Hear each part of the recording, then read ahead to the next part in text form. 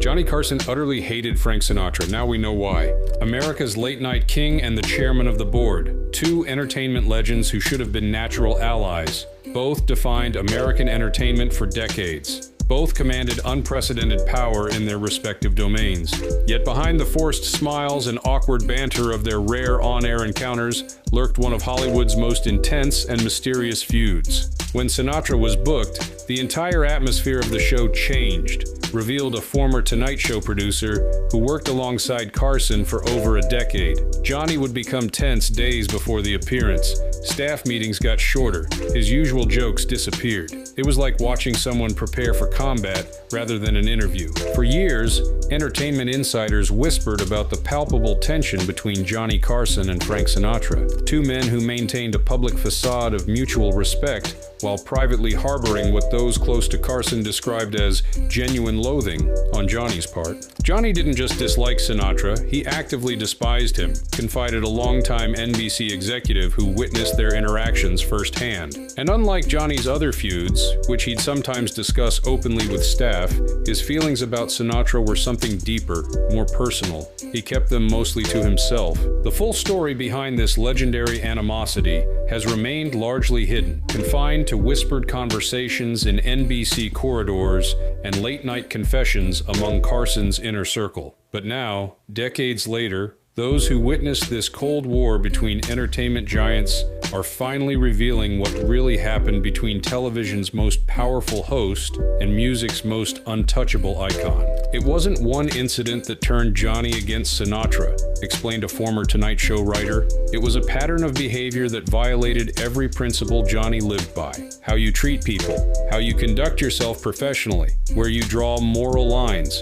Sinatra crossed all of them. Today, we're uncovering the 5 shocking reasons behind Carson's intense dislike of Frank Sinatra, from backstage behavior that left Carson's loyal staff fuming, to power struggles that revealed the darker side of Sinatra's personality, to personal betrayals involving one of Hollywood's most beautiful women, and finally, the devastating roast incident that permanently ended any pretense of civility between them. But first, we need to understand the fundamental difference in character between these two entertainment legends, a difference that made their collision virtually inevitable. You know, and he said, I told her I know you, and she really doesn't believe me. Would you stop by the table? I said, all right. I was just about finished. I was down to the espresso, and finally he went back, and I walked by the table, and I said, how are you, Don? Nice to see you. He said, can't you see I'm eating, Frank? What are you doing?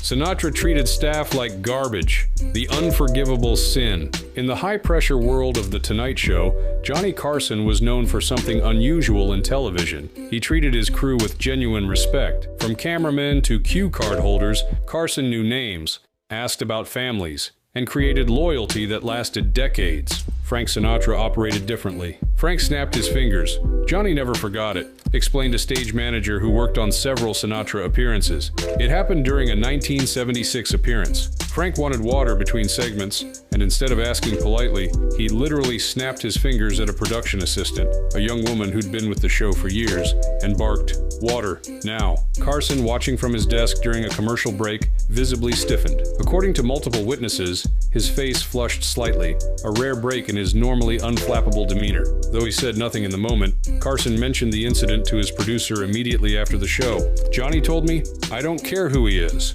Nobody treats my staff that way," the former producer recalled. It wasn't delivered as an emotional outburst. It was a cold statement of fact, which was actually more significant. When Johnny got quiet and precise like that, you knew something had truly bothered him. This wasn't an isolated incident. Each time Sinatra appeared on The Tonight Show, his entourage grew larger and his demands more extensive. He would arrive with an advanced team that rearranged the green room to his specifications, requested last-minute changes to planned segments, and treated Carson's producers like personal assistants. Frank's people would call with new demands an hour before taping, remembered a former talent coordinator, special brands of alcohol, specific room temperatures, changes to the pre-agreed interview topics. One time they even demanded we replace the furniture in his dressing room because Frank didn't like the energy of the couch. While such behavior wasn't unusual for major stars of the era, what set Sinatra apart was his personal treatment of the crew, the people Carson considered his family. A particularly revealing incident occurred during a 1981 appearance. Sinatra arrived at the studio and immediately complained about the lighting. Rather than addressing his concerns to the lighting director, a 25-year veteran of television named Bob, whom Carson greatly respected, Sinatra turned to his own entourage and loudly said, "Tell someone who matters that this lighting makes me look like shit." Bob was standing less than 10 feet away.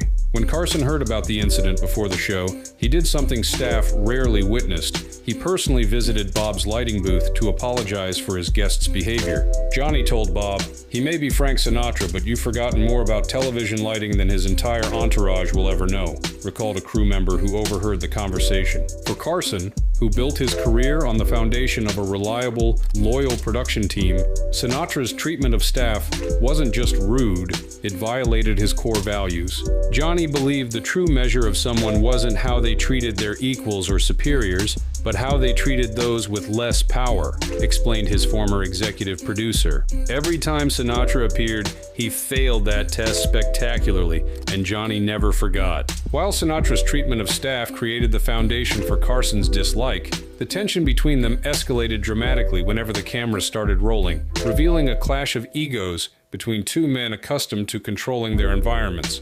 Can I tell a story about what this man did to me once? You may have known or heard about this. He tried to control the room, and Carson was the room. On the Tonight Show stage, Johnny Carson reigned supreme. For 3 decades, he orchestrated every interview with masterful timing, knowing exactly when to speak, when to listen, when to interrupt for a laugh, and when to let a guest shine. Most celebrities understood and respected this dynamic. Frank Sinatra challenged it at every turn. Frank expected reverence. Johnny gave sarcasm, explained a director who worked on several Sinatra appearances.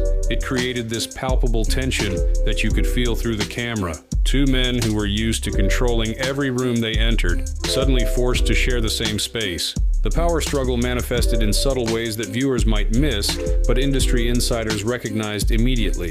Sinatra would frequently talk over Carson's questions, redirect conversations to topics of his choosing, and react to Carson's gentle jokes with tight smiles rather than genuine laughter. Two kings walked into a room. Only one stayed funny, remarked a longtime writer for the show.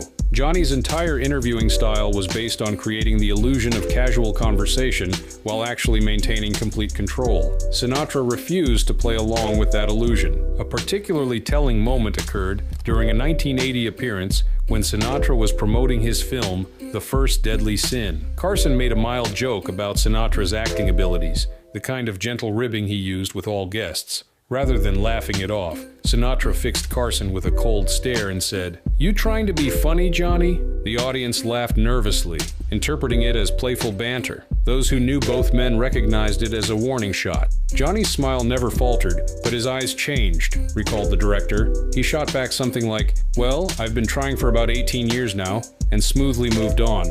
But backstage later, he was livid. He told his producer, "He doesn't get to come on my show and question whether I'm funny." The fundamental problem was that Sinatra approached television appearances with the same mentality he brought to his concerts, expecting to be the undisputed focus of attention with everyone else in a supporting role. This attitude clashed directly with Carson's carefully crafted interview style, where he remained the central figure who graciously shared the spotlight. Most guests understood the unwritten rules, explained the former NBC executive. Carson would set you up for your stories, laugh at your jokes, make you look good, but the show remained his. Sinatra wanted to take over from the moment he sat down, and Johnny wouldn't allow it. Staff members noted how differently Carson prepared for Sinatra compared to other guests. Typically, Carson kept pre-interview research minimal, preferring spontaneous conversation. With Sinatra, he would study recent interviews, prepare specific questions, and strategize with writers about how to maintain control if Sinatra became difficult. It was like watching a chess player prepare for a particularly dangerous opponent,